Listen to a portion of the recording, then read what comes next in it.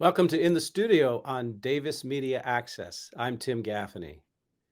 It's their mission to showcase Davis's and Yolo County's unique people, places, and events, inspiring readers and promoting local arts, culture, and community. I'm talking about the Davis Dirt, which has a new editor and publisher. This is Hanna Nakano.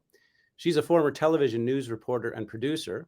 In addition to her stewardship of the Dirt, she continues to work as a photographer and freelance journalist. According to her website, Hannah loves thrifting, working on her 1970s time capsule dream home, and trying to read 4 books at a time. Welcome, Hannah, and congratulations on taking the helm at the Dirt. And if you want to question me on any of those assertions about you, please feel free to lead off with that. No, I think they're all pretty true. I currently have like 4 novels in my bag that I'm carrying around, and there's no getting to the end of any of them, I think, Okay. Well, I because now that we're talking about it, uh-huh. I'm always doing this.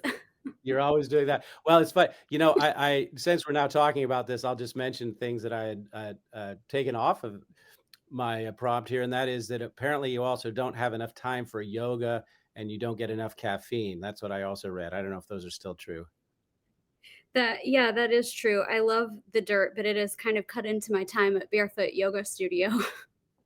Okay, okay. Well, to the dirt, and more about yourself here in Davis. As I understand it, you've lived in West Virginia, Florida, and Washington, D.C.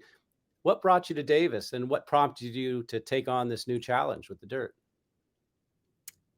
Yeah, so my journey to Davis was kind of interesting. I grew up in West Virginia, and I had never even been to California until I was a all the way grown up, like in my 20s. But I met the father of my children, my co-parent, and we decided that, he has family in this area. We came to visit and we went to the farmer's market. We did all the fun things around here, and we decided this is the town we want to raise our kids in. So we worked to make that happen. And 2.5 years ago, we brought Mila and Gigi here, and it has just been the best decision ever. Davis is such a unique, wonderful little amazing bubble of creativity and love and friendship. And I'm, yeah, thrilled that they're going to grow up here. That's fantastic. So, with all those other changes, what prompted you to take on this new role with the dirt? This was a complete surprise to me. The most exciting surprise I've ever had, and probably my dream job. The previous owner of the dirt, Ashley Brune, she manned the ship for about 5 years, and I think she's ready for her next project and was looking for someone who may be available to steward the dirt and to continue to help bring people together and showcase amazing events and all the cool things that are going on in Davis. She asked if I may be interested in that, and yeah, I absolutely was, and I'm so thrilled. And we worked together for a month. 2 months really during the transitions, and it's been great. Great. Well, now it seems to me that there are a number of ways that arts and cultural events are publicized in Davis and Yolo County. So, what unique contribution does the dirt make to this landscape? No pun intended. Yeah, so I think what the dirt does is provide one place to put everything. So you don't have to go to each individual organizer's website or Dixon's website or Woodland City website. You can just go to the dirt, and we have all of those events right there on our calendar. Our calendar is so comprehensive. It is even what the city of Davis uses. If you go to their website and look at their events calendar, they have all of our information on it. And I think that's pretty unique. Every single thing from all of these areas in one place. That's great. So, have you made any changes to the publication since taking over in March, or do you have any planned within the next year or so? Yeah, it's all super fluid and organic, but I have made a few changes, and I'm excited about what's to come. When I started the paper or when I took over, it was a 16-page publication, and we have to do a lot of mental math about what fits in the paper. Um, because we are an events publication. So we print a free listing of every event submitted to our website. And that takes a lot of page space. So we were 16 pages and we had 8 to 9 pages of events, which didn't leave very much for extra things like covering stories or showing photos of things going on in town. So we expanded a month ago to 20 pages, and that gives us 4 more pages that we can put local stories about people in Davis, the things they're doing, the groups they're starting. Um, more pages for more content, and that's really, really exciting to me. All of the writing too is done by local contributors, people who grew up in Davis or moved to Davis to go to school here, and I think that gives it a really unique perspective. So there's a paper copy, and you also have a website. Is there a difference between the website content and the paper copy? Yeah, good question. So the paper has pretty limited column inches, right? We are a 20-page publication, so we can fit what we can fit into 20 pages. The internet is a different story, and our website can hold as many stories as we can put on it. And yeah, I have a little ragtag team of Davis contributors who are working on filling that up. That's great. That's great. So, can you give me sort of an example of a type of an article that you might have then on the website that you might not have room for in the paper copy? Yeah, so I've been trying to do more like blog style experience posts, kind of giving people in the community a look at what an event actually is. So an example of this is the Minetti Shrim's Art Spark. They do this 4-hour art experiment at their studio. It's open to the public for free, and it is some like pretty cool art. When I took my daughters, we actually made paper. I photographed every step of it, and then all of it is on the website. So like other parents can take a look and see, what is this really like? Are my kids actually going to be able to do these things? Is it going to be a lot of work for me? Is it, it kind of demystifies what it's like to take your kids to this, which I think is kind of cool, because before I went, I was a little hesitant, not hesitant, but I was a little concerned. What are my kids going to be like? What's this experience going to be like? And I feel like it's more comfortable for people to try something new when they know what to expect. Well, perhaps that sort of answered my next question in a way, but I wanted to ask you about the mission statement. And it's interesting to me that you have arts, culture, and community sort of lined out separately.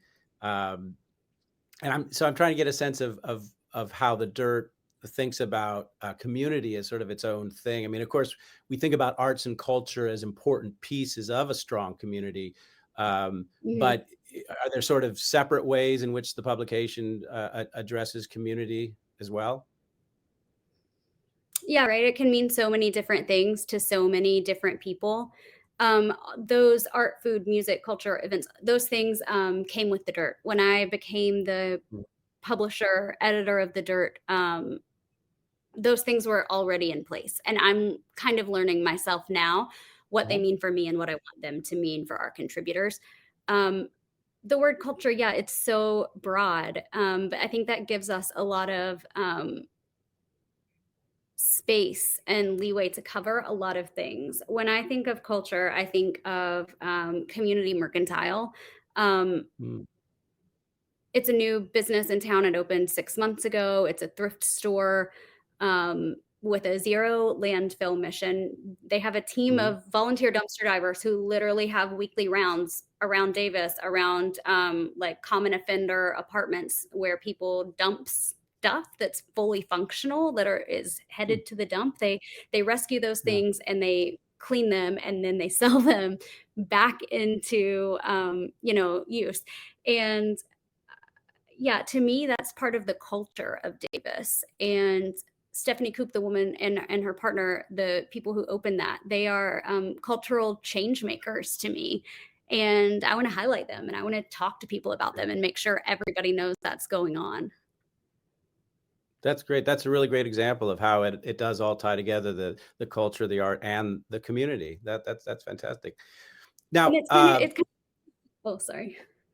no, please go Oh, no, ahead. I was gonna say it's kind of tricky because it is a newspaper, right? So you want to cover everything, but I do have to find my limits because, we are not a daily newspaper, so we cannot cover hard news that people need to know about that day, right? Or even that week. We come out once a month.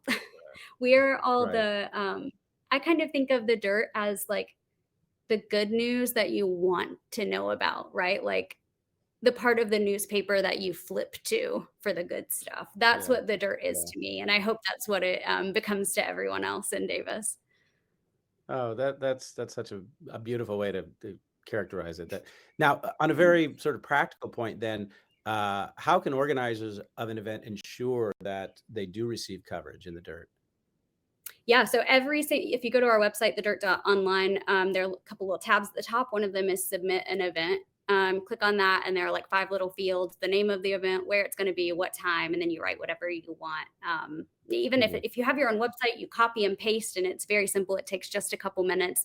Those things do not go live automatically because sometimes people type weird stuff. So I have to like put my human eyeballs on it and make sure there's nothing too weird, and then I make it go live. And then every single thing that goes onto that digital calendar gets printed in our print issue. So if you're an Mhm. events organizer, if you have a knitting club and you want more people to come to your knitting club, but you don't have any money to tell anybody about your knitting club, put it in the dirt because Mhm. it will go online and it will go in our print for free. That's And then we also and send out well, and that's weekly. great We to also make that point that it's free. Yeah. I'm not sure we Yeah, we covered also that send earlier, so out that's nice. weekly emails that are curated by our editorial team of something to do every day of the week. The email comes out on Wednesday morning, just in time to get your dinner plans for farmers market set up, and then we like highlight two or three or four things going on each day, and I try to or for the week, and I try to make sure it's a big. It covers a lot of ground, like some music stuff, some science stuff, maybe every now and then a health related event. Mhm. But like I can tell you, I've been doing this for, I think, yeah, I'm at like 120 days now. So I have looked at this calendar every day for 120 days, and there is so much going on. Like if you find yourself bored in Davis, um, that might not Go be to a the dirt. Davis problem. There is a Yeah, lot of stuff going on. go to the dirt. That's great. Well, finally, I just wanted to ask you, I mean, you've spoken so enthusiastically about, Davis and many of its offerings, but I'm curious, why do you think our town is such a special place for all of these things, for arts and community? What is it you found about Davis that's the real spark here? I don't know what it is, but I do, but it is so different. I think often about I grew up in Canova, West Virginia, population like 1,000 or something, tiniest town ever. Um, there was nothing to do there. We had a library and it had one event a month, and it was like a sign language class. And I went to every single one of them because it was the only community event in town. And I feel like even as a middle schooler, doing that, like Mhm. I longed for community. And I Mhm. didn't know how to articulate it yet because I didn't know it existed because I lived in this little place where it just wasn't a thing. But I knew it was out there somewhere. And I knew, like, I just knew it was. And I feel like I've moved around. I've lived in DC, I've lived in Baltimore, I've lived in Florida. And I have never felt it like this before. There's just a feeling and a sense of home of being here. Other people come here because they want it too, and I think that Mhm. bonds, especially parents of young children. So many people I've met here have come here because they're parents of young children, and they want the Mhm. amazing school systems and the amazing camps and all of the things. And that's bonding in itself too. There are just so many opportunities to make friends here. Um, Yeah. I wish I knew the answer to why. Maybe we could like share it with the Yeah. world. Well, you've spoken about it eloquently. Thank you. And thank you Thank so you. much for joining us and for giving us the inside scoop on the Davis Dirt. And thank Yeah. all of you out there for joining us. I'm Tim Gaffany, and you've been watching In the Studio on Davis Media Access, where I've been talking with Hanna Nakano of the Davis Dirt.